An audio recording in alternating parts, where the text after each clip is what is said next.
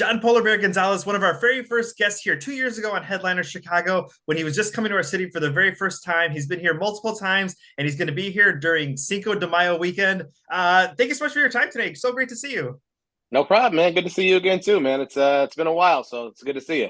It is wonderful to see you, and congratulations on all your success. When we first chatted, like April 2021, this was going to be your first time to Chicago. This is, now you've been here multiple times, and it's just been so great to see you connecting with fans so much, and your tours just continue to get bigger and bigger.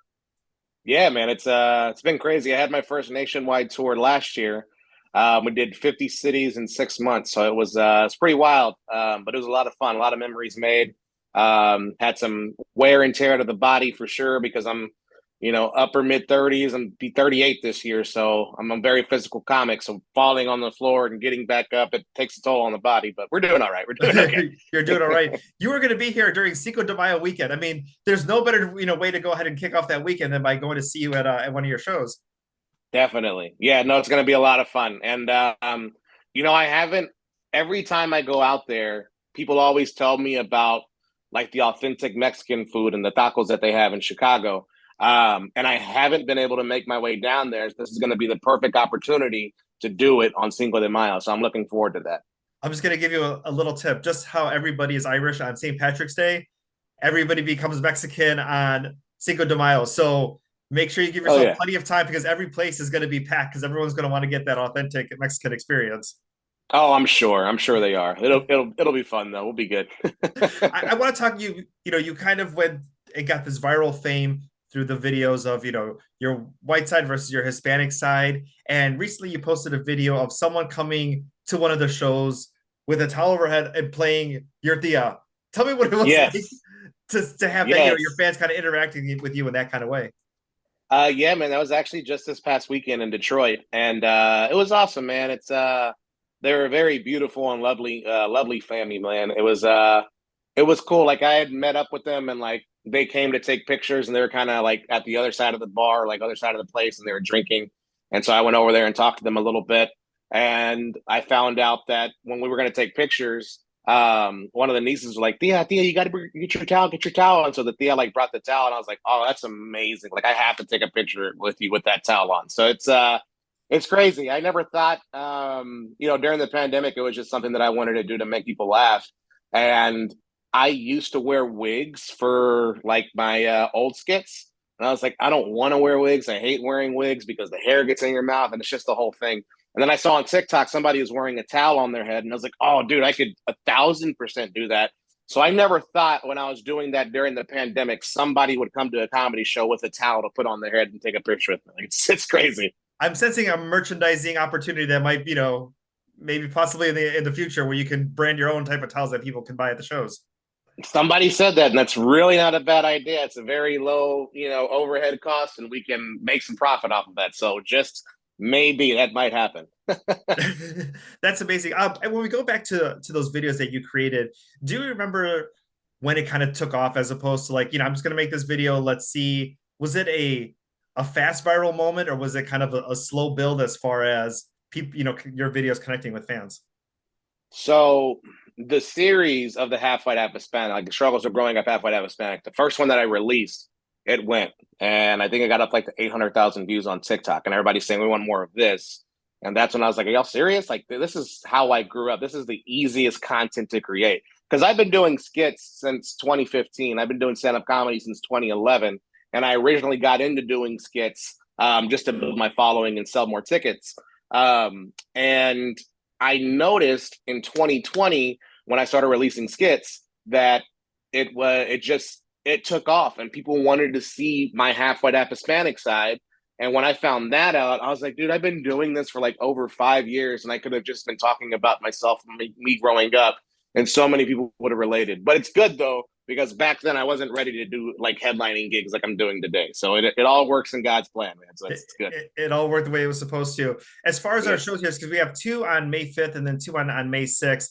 Are we getting a little bit more of that content given the holiday that we're celebrating? Yeah. It'll if you've seen me before, I'm working on a new hour this year. But if you have seen me before, you're gonna see a lot of the same stuff that I brought before. But I do have about like 10, 15 minutes of new material. It's really not about half white, half Hispanic stuff. It's more about like how my life changed after the pandemic and after the viral, and how um, more women are starting to hit on me, which has never happened before in my life, which is kind of awesome. So just stuff like that, man. But you know, you're still gonna get the half white, half Hispanic stuff as you always do. And if you've never seen me, then you're in for a treat. You should definitely come. As far as your life, whether you're going through an airport, at a restaurant, going about your daily life, because the thing with people who are have these videos on social media is that you connect with somebody, you follow somebody and you see their journey. What's been like the craziest fan interaction, maybe that you weren't expecting, like at a show, like when you're out at a restaurant, running to the airplane, anything like that, that's like, oh wow, this is so crazy. There's been some crazy ones. I think the craziest one was a few months into after the pandemic, or after the videos went viral, and there was a girl who came to a show in San Antonio, and she was buying merch from one of the other comedians, and she turned around and she saw me and she started crying. And it was like a Mother Teresa moment, but I am not Mother Teresa for by any means. And so I was like, "Oh my gosh, are you okay?" She's like, "You helped me out so much, and thank you." And it was a beautiful moment that I wasn't expecting myself, because I still, even to this day, I just see myself as a regular dude. Like I'm nobody big, I'm nobody famous. People always like in my hometown, like, "Oh, you're famous now." Like, no, I'm not. I'm just a regular dude. So it's crazy, man, and it happens here and there, you know. And some people who see me like, "Oh my god, I can't believe like I watch your videos and now I'm here in front of you," and it's just it doesn't register in my brain of like how many people see me in that light. And I think it's amazing, and I'm good with never seeing that because I always want to remain humble. So, but it's amazing. No, it's funny because I know, like, I've taken your videos and I've shared them with my sister, and I've shared them with my cousins, and I've shared them with my friends. And you never know how you're going to brighten up somebody's day by sharing something that's going to give them a laugh, but you never know how far that reach actually is. And seeing Yeah, somebody not just at your shows, but like, oh my goodness, I never thought I would bump into you here and there, and here's what you mean to me. I think that that's so awesome that you're changing the world, it that is. way. It is, man. It's crazy. And even in Detroit, the Thea who brought the towel, her their nieces, they actually brought tickets on separate days and just so happened to go to the same exact show. And the nieces were like, "We haven't all been together like this in a very long time." So, like, to me, that was beautiful because I grew up like with my dad's side of the family. We're not as close as we once were. After the grandparents, you know, passed, and like a couple of my tios passed, my tia passed, we just don't get together like we used to. We also love each other, but we're just not together like that. So, like, hearing that they all came together and haven't done that in years, and it was at my comedy show, really meant a lot to me, man. It was special. I mean, if you have, I guess maybe just a little bit of a side note, if you have little kids in your family, people get together for birthday parties, but usually it's weddings or funerals where the whole extended family comes together. And it's rare to call your extended family to come to a comedy show or all see each other like in a social setting like that. And it's great that your comedy is Yeah, bringing families back together in this kind of way. yeah, it's amazing, man. It's very beautiful, and you know, it's definitely a blessing from God because it's just it's amazing. It's amazing. How have you noticed your audience? Have that always been the case, or have you noticed your audience is changing? Because usually when I think of stand-up comedy, it's date night for first or second dates, people out there with their friends. But how have you kind of seen your audiences maybe shift or change? Um, I feel like I've always had mostly Latinos at my comedy show, but even before I made it, it was kind of diverse. Now, since like the skits have blown up, it's I always see, this is what I always see. I always see couples come up and either the wife is white and the husband is Mexican, or the wife is Mexican and the husband is white. And they always come, they're like, "Hey, like we really relate to you. We have kids that remind you, and we know how they're going to grow up." And to me, it's just it's beautiful, man. It's beautiful bringing those like cultures together and those people together, and bringing husbands and wives from every ethnic culture to the show. You know, I've had people who are Dominican and white. I've had people who are Honduran and white. I've had people who are Brazilian and white, and everybody relates to the content. And I just think that that's beautiful. Before you started doing videos, maybe John, as a kid, was there ever some of those moments that you had that you were like, this is going to be great in stand-ups one day, or I got to write this down because this is too good not to share? Did you ever have any of those moments kind of growing up, or did this come later in life for you? No, as a kid, I would always notice the differences. I would always like sit back and like analyze because I always watch comedy movies. And so I would sit back and I'd look and be like, this is why do we drink on my dad's side, but we don't drink anything on my mom's side? And we don't play poker, we don't do anything on my mom's side. They're super strict. So I always noticed that as a kid.